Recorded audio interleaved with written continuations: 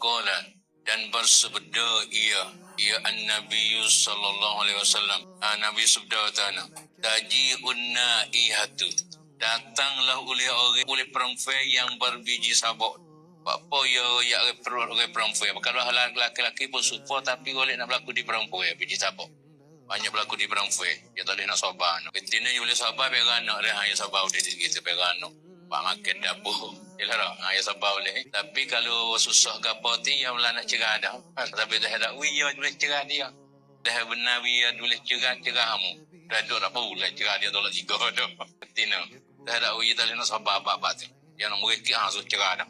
Taji'un naihatu yaumal qiyamah. Datang oleh seorang perempuan yang berbiji sabot. Kata perempuan, tak kira kalau lelaki-lelaki pun sebut. Bila berlaku banyak di perempuan, ya sebut perempuan. Datang perempuan itu yaumal qiyamah. Datang pergi oleh orang perempuan pada kiamat di padang mahsyar, duduk ramai-ramai.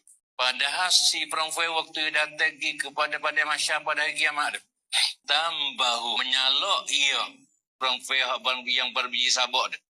Karena behil kalbi subti menyalak anjing dah. Supaya salak anjing dah.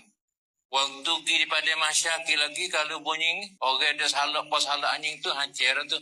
Masa tak ada niat ya biji sabak. Ya biji sabak. Tu salak pas salak anjing. La tadkhulul malaikatu baitan fihi kalbun wala suratun. Tak masuk oleh malaikat rahmat tu. Baitan ke dalam rumah yang fihi yang ada dalam rumah tu ada kalbun, ada anjing. Asal baik selain itu, ya tak ada suka nak pera-pera anjing tu.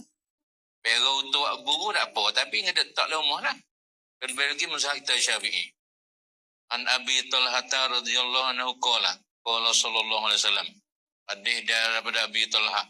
Ada cerita kata Nabi sabda, la tadkhulul malaikatu baitan fihi kalbun wala surah.